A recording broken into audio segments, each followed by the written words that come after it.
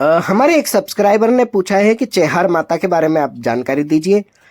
तो हम आज चेहार माता के बारे में जानकारी देंगे जो गुजरात की हैं। और सबसे पहले कर लेते हैं मातंगी महाकाली की आराधना, फिर करते हैं चेहार माता के बारे में बातचीत।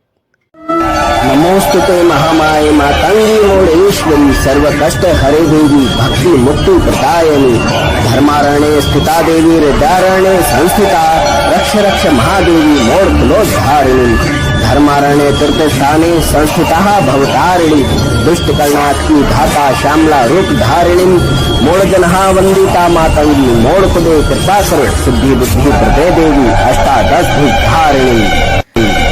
देखिए भक्तों, सभी के मन में एक जानकारी की जिज्ञासा होती है। अपने जिन देवी देवताओं के प्रति वो जानकारी रखना चाहते हैं, उनके बारे में अधिक से अधिक जानना चाहते हैं। वो चाहते हैं कि उनके बारे में बार बार सुनने को मिले, अधिक बार सुनने को मिले। और जहाँ जहाँ जो भी ज्ञान देते हों, जो भी गुरु स्वरूप में कोई जानकारी प्रदान करने वाले यूट्यूबर हों, तो उनसे सभी प्रश्न करते हैं कि आप भगवती के इस स्वरूप की बात कीजिए या भगवती के उस स्वरूप की बात कीजिए। किस प्रकार से कौन सी शक्ति का कहाँ प्राकट्य हुआ और किस लिए हुआ, ये सब जानकारी वो जानना चाहते हैं। ऐसे ही एक सब्सक्राइबर ने हमसे कहा कि आप चेहार माता के बारे में जानकारी दीजिए। तो हमें भी उनकी जानकारी पहले इकट्ठा करना पड़ी, उसके बाद हम आपको उनके बारे में विस्तार पूर्वक यहाँ बता रहे हैं। तो देखिए, हम जैसे कि हर बार कहते हैं कि मूल शक्ति तो एक ही है, एक ही ऊर्जा से प्रकट होती हैं और अलग अलग स्थानों पर जाती हैं। चूंकि राजस्थान और राजस्थान से सटे हुए गुजरात में काफ़ी ज़्यादा ये देखा गया है कि वहाँ शक्तियों का जो है बहुत अधिक, सौराष्ट्र के क्षेत्र में देखा जाए कि 12 अवतार हुए हैं और विभिन्न प्रकार के अवतार हुए हैं। सौराष्ट्र क्षेत्र में कई सारी तपस्विनी योगिनियाँ सिद्ध साधिकाएं हुई हैं, जिनके प्रभाव से आज सौराष्ट्र और वर्तमान गुजरात जगमगा रहा है। तो आपको चेहार माता के बारे में बताते हैं। चेहार माता का जो जन्म था 1000 वर्ष पूर्व का माना जाता है। उससे पहले भी हो तो उसके बारे में हम नहीं कह सकते, क्योंकि यह तो एक गणना लोगों के द्वारा बताई गई है, जो हम श्रवण के अनुसार आपको कह रहे हैं। इसका हमारे पास कोई प्रमाण नहीं है। तो वो हुई थी और उन्होंने भगवती मेलड़ी माँ और भगवती चामुंडा की बहुत ज़्यादा आराधना की, और उसी के कारण उन्हें देवी चामुंडा का अवतार भी लोग कहते हैं। क्योंकि उनकी भक्ति के कारण उनके अंदर बहुत अधिक जो गुण थे, प्रभाव था, देवी चामुंडा का रहा। और उनकी सहायक देवी के स्वरूप में देवी चामुंडा की शिष्य मेलड़ी देवी उनकी जो है सहायक देवी रही। और इस कारण से तंत्र मंत्र ज्ञान आदि इनके अंदर विद्यमान था, और उसी भक्ति भाव के कारण आज ये पूजी जा रही हैं। तो इनके अंदर जो शक्ति थी, सत्य का तत्व था, बहुत अधिक मात्रा में जागृत हुआ। इन्होंने बहुत अधिक उपासना सेवा आदि की। भगवती चामुंडा का इन्हें अवतार लोग कहते हैं, क्योंकि उनकी शरणागति होकर के इन्होंने काफ़ी सारा जप तप आदि किया और अपने जीवन को समर्पित किया जन कल्याण के लिए। और वे देवी स्वरूप में आज भी जन कल्याण कर रही हैं। तो ये आपके लिए एक विशेष ये बात है कि ये सिर्फ चेहार माता, करणी माता या फिर अन्य देवियाँ जैसे मेलड़ी माता आदि का, मेलड़ी माता का तो प्राकट्य जन्म के अनुसार नहीं बताया गया है, उसके बारे में हम पहले डाल चुके हैं वीडियो, आप लोग देख सकते हैं वहाँ जाकर के। उनका तो प्राकट्य हुआ था, परंतु अन्य जो देवियाँ हैं जिन्होंने जन्म लिया है, जैसे शीतला माता, 7 बहनों की बारे में बात की जाती है, उनका 2 बार जन्म बताया गया है। तो इस प्रकार से जो जन्म लेकर के शक्तियां प्रकट होती हैं, जैसे बहुचर माता का बाला सुंदरी जो है, उन्होंने बाला देवी ने जन्म लिया है। तो इस प्रकार जो जन्म लेती हैं शक्तियां, वह जब तप आराधना जब करती हैं, जीर्ण माता का भी जन्म हुआ है, तो ये जो आराधना करती हैं, ये अपने अंदर शक्ति का आवाहन करते हैं।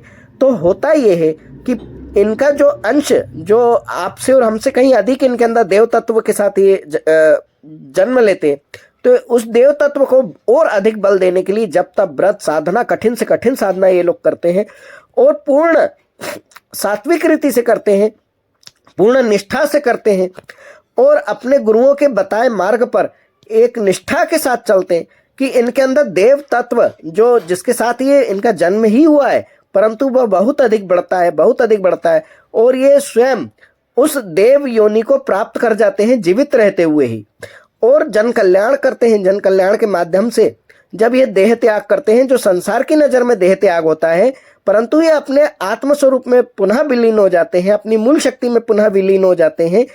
इनका जो स्थान होता है, जहाँ इन्होंने सब किया होता है, जप तप आदि किया होता है, जहाँ इनका निवास होता है, वह स्थान मंदिर तुल्य हो जाता है। और इनके जो अनुचर होते हैं, अनुगामी होते हैं, इनके शिष्य होते हैं, जो इनको मानने वाले होते हैं, जो इनकी क्षमता को पहचान जाते हैं, वो इनके मंदिर आदि का निर्माण करते हैं। ऐसा ही चेहार माता का मंदिर मेहसाणा जिले के, गुजरात में जो मेहसाणा डिस्ट्रिक्ट है, उसके पास मारतोली नाम का ये गांव है, जहाँ पर इनका मंदिर है। बहुत भव्य मंदिर है, बहुत जागृत मंदिर है। वहाँ देवी की शक्ति विराजमान है। चामुंडा देवी पूर्ण शक्तियों के साथ चेहार माता के साथ विराजमान है, और चेहार माता वहाँ चामुंडा देवी के अवतार के रूप में ही पूजी जाती। और मेहसाणा की आपको एक खास बात और बता दें, इसमें सूर्य मंदिर भी है। यहाँ पर जो है माता मातंगी का भी मंदिर है, और मेहसाणा के पास बहुचर धाम भी है, जो कुछ ही दूरी पर है, जहाँ बहुचर माता का भी निवास है। आपको और भी देवियों की जो जानकारी आपने प्रस्तुत की है, आप जा करके हमारे प्लेलिस्ट पर देख सकते हैं। काफ़ी सारे वीडियो हमने बना रखे हैं। तो गुजरात में जो ये सौराष्ट्र का जो क्षेत्र है, काफ़ी ज़्यादा माना जाता है, प्रभावशाली माना जाता है। सौराष्ट्र में काफ़ी सारे अवतार हुए हैं, देवियाँ हुई हैं। सौराष्ट्र में ही हरिद्रा सरोवर में बगलामुखी देवी का भी अवतार हुआ है। तो इस प्रकार से जब हमसे चेहार माता की जानकारी मांगी गई, तो कई नाम हमारे लिए भी नए होते हैं, तो हम उनकी जानकारी एकत्र करते हैं।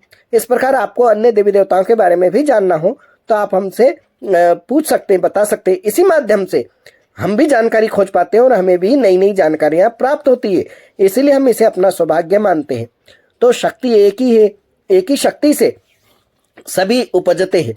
आप और हम अपने अपने भौतिक सुखों के कारण इन चीज़ों में आगे नहीं बढ़ पाते हैं।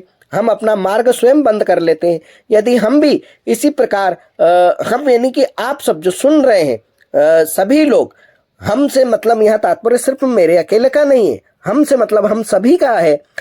तो अगर हम इसी प्रकार इन देवी देवताओं की जो है मार्ग का अनुसरण करें, इनसे प्रेरणा लें, तो कहते हैं ना कि नर ही तपस्या करके नारायण बन जाते हैं। तो आप भी तपस्या करके इस प्रकार से अपनी ऊर्जाओं को बढ़ा सकते हैं। आपको एक बहुत अच्छा मार्गदर्शन करने वाले गुरु प्राप्त होते हैं, तो आप भी देवतुल्य पूजित हो जाते हैं। जग में जन कल्याण करते हुए आप सबके पूजित और प्रेमी हो जाते हैं। सब आपको प्यार करते हैं, मान सम्मान करते हैं।